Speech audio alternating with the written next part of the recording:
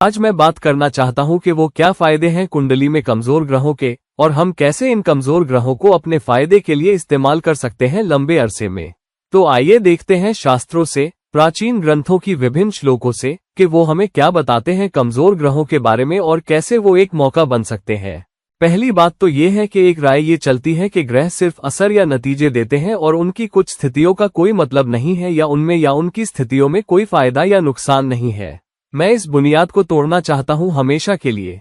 अगर किसी ने सच में ज्योतिष का अच्छे से अध्ययन किया है और किसी अफवाह या माहौल पर निर्भर नहीं है, बल्कि गंभीर पढ़ाई से ज्योतिष के मकसद को और ग्रहों की स्थितियों के मकसद को वगैरह समझने की कोशिश की है, तो ही कोई सच्चा अच्छा ज्योतिषी बन सकता है।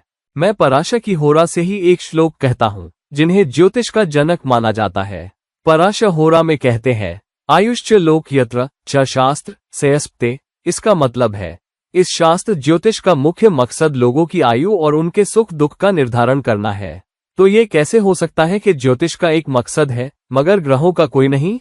अगर ज्योतिष का मकसद लोगों के सुख दुख का पता लगाना है, तो ये ग्रह ही तो हैं जो अपनी स्थितियों के जरिए इन सुख दुखों को पल देते हैं। ज्योतिष ग्रहों की स्थितियों के जरिए घटनाओं का फलित होना ही तो है। इस तरह ग्रहों की स्थितियों के मकसद के बिना ज्योतिष का कोई मकसद नहीं हो सकता। ये सीधी सी बात है। इसे समझना इतना मुश्किल क्यों है? ये तो बिल्कुल बुनियादी बात है। अगर जन्म कुंडली कर्म और पिछले जन्म के कर्मों पर आधारित नहीं है, तो ग्रहों की स्थिति कैसे बनती है? एक इंसान की स्थितियां दूसरे से इतनी बेहतर क्यों होती हैं? ये श्लोक इसे साफ करता है, जिसका मतलब है, मैं उद्धृत करता हूँ, पिछले जन्म में कमाया हुआ अच्छा भाग्य भी वर्तमान जन्म में बिना प्रयास के फलवंत नहीं होगा अपनी इच्छाओं को पूरा करने के लिए। नियति से कुछ जीविका जरूरी है, क्योंकि सिर्फ नियति इच्छाओं का फल नहीं दे सकती। महर्षि याज्ञवल्क्य का ये श्लोक साफ कहता है कि आपके वर्तमान जन्म में बिना प्रयास के पिछले जन्म के अच्छे भाग्य, जो आपको अच्छा कर्म दे रहे हैं, भी बेहतर नतीजे पाने में मदद नहीं करेंगे। ग्रह पिछले कर्मों के आधार पर सुख और दुख देते हैं। इस तरह वर्तमान जीवन की ग्रह स्थितियां पिछले जन्म की ग्रह स्थितियों और नतीजों पर आधारित है। ये भी बिल्कुल बुनियादी बात है। तो ग्रह हमें सुख और दुख देने वाले हैं, तो उनकी स्थितियां भी उसी हिसाब से हैं। ग्रहों से अच्छा करने की उम्मीद है अगर उनकी स्थिति, दृष्टि और युति अच्छी हो, और कमजोर ग्रह उन क्षेत्रों को दिखाते हैं जहां हमें बेहतर नतीजे पाने के लिए ज्यादा मेहनत करने की जरूरत है। एक कमजोर ग्रह का फायदा तब होता है जब वो एक पापी ग्रह है और एक अच्छे घर में बैठा है, जैसे केंद्र का चौथा घर, मगर बहुत कम ताकत में। तो ग्रह की नकारात्मकता काफी कम हो जाती है और विकास के क्षेत्र आसानी से हासिल हो जाते हैं।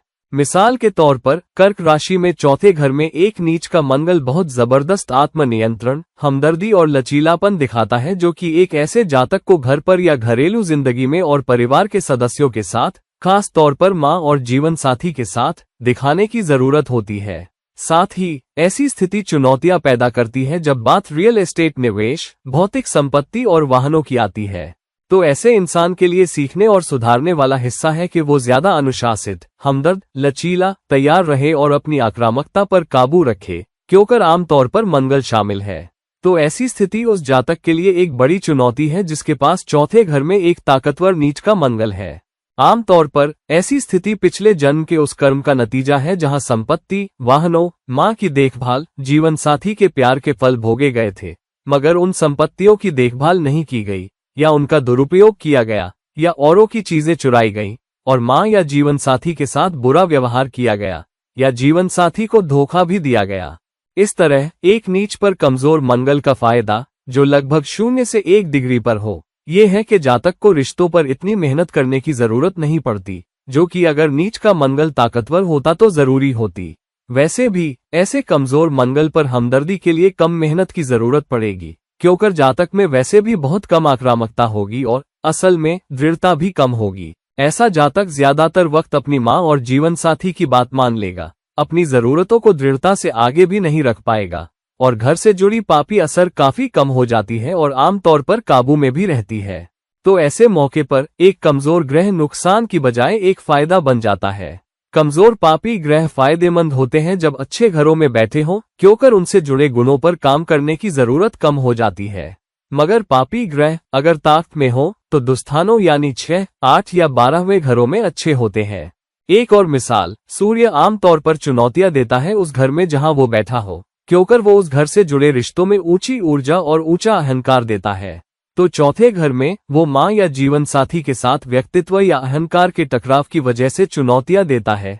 तीसरे घर में छोटे भाई बहनों के साथ, सातवें घर में जीवन साथी के साथ और नौवें में पिता, भाई या बहन या दोस्तों या आम सामाजिक कनेक्शनों के साथ। तो अगर सूर्य कम ताकत के साथ बैठा हो मगर अपने ही घर में, जैसे 5वां या 9वां या फिर 3रा, 7वां या 11वां, तो नतीजे संतुलित होते हैं, क्योंकि उसमें अच्छे नतीजे देने के लिए काफी ताकत होती है क्योंकि वो अपने घर में है, मगर इतनी भी नहीं कि रिश्तों को ज्यादा अहंकार या घमंड की वजह से खराब कर दे। अगर एक कमजोर सूर्य 7वें घर में अपनी ही राशि सिंह में बैठा हो तो वो जीवन साथी के साथ रिश्ते को रोशन और बेहतर करता है, मगर कम अहंकार या घमंड में टूटता है। आमतौर पर ऐसा जातक जीवन साथी की बात सुनने और उससे सहमत होने के लिए तैयार रहता है, बजाय कि अपने एजेंडे को थोपे या अपने रिश्तों में अहंकार दिखाए। 10वें घर में एक उच्च गुरु से बेहतर है, क्योंकि एक उच्च गुरु बहुत ज्यादा मूल्य आधारित व्यवहार देता है। वो जातक को राजनयिक, चतुर और राजनीतिक रूप से सही होने की इजाजत नहीं देता। ऐसा जातक प्रतिस्पर्धा में शामिल न होने में बहुत बुद्धिमान होता है और वो वैकल्पिक तथ्य या झूठ भी खुद को बचाने के लिए नहीं बोल सकता। इस तरह 10वें घर में एक उच्च गुरु इतनी बढ़िया स्थिति नहीं है। अगर दूसरी तरफ गुरु नीच के करीब हो मगर 10वें घर में बहुत कम ताकत में, तो जातक खुद की तबाही के लिए जरूरत से ज्यादा चतुर या चालाक नहीं होगा और अपनी राजनयिक कौशल में ज्यादा संतुलित रहेगा। और क्योंकि गुरु अपनी नीच ताकत के करीब नहीं है, जातक को धीमी ग्रोथ या सहकर्मियों के साथ कम भरोसे के नतीजे नहीं भुगतने पड़ेंगे, जो कि एक ताकतवर नीच गुरु वाले जातक को होंगे। पुराने सहकर्मी एक बहुत चतुर व्यक्ति से ज्यादा सावधान रहेंगे। इस तरह एक कमजोर ग्रह का फायदा यह है कि उसकी पापी असर कम हो जाती है। ग्रह अगर ताकत में हो तो वरना पापी नतीजे देगा। तो जब श्लोक कहता है निर्मला नेव योगकृत, मैं अनुवाद करता हूँ, एक योगकारक ग्रह अच्छे नतीजे नहीं दे सकता जब ताकत में न हो। इसका उल्टा भी सच है। तो हम ये कह रहे हैं कि अगर एक कमजोर पापी ग्रह बहुत बुरे नतीजे नहीं दे पाएगा जब ताकत में न हो। राहु और केतु ऐसी मिसालें हैं। तो संक्षेप में कहें तो एक कमजोर ग्रह इंसान को बुरे कर्मों पर आसानी और जल्दी से काबू पाने और बुरे कर्मिक कर्ज को आसानी से उतारने देता है। ये इंसान को कम मेहनत और कम काम से बुरे असर पर काबू पाने और ग्रह से बेहतर नतीजे निकालने देता है। तो एक अच्छे घर में एक कमजोर पापी ग्रह एक तरह से भेष में आशीर्वाद है।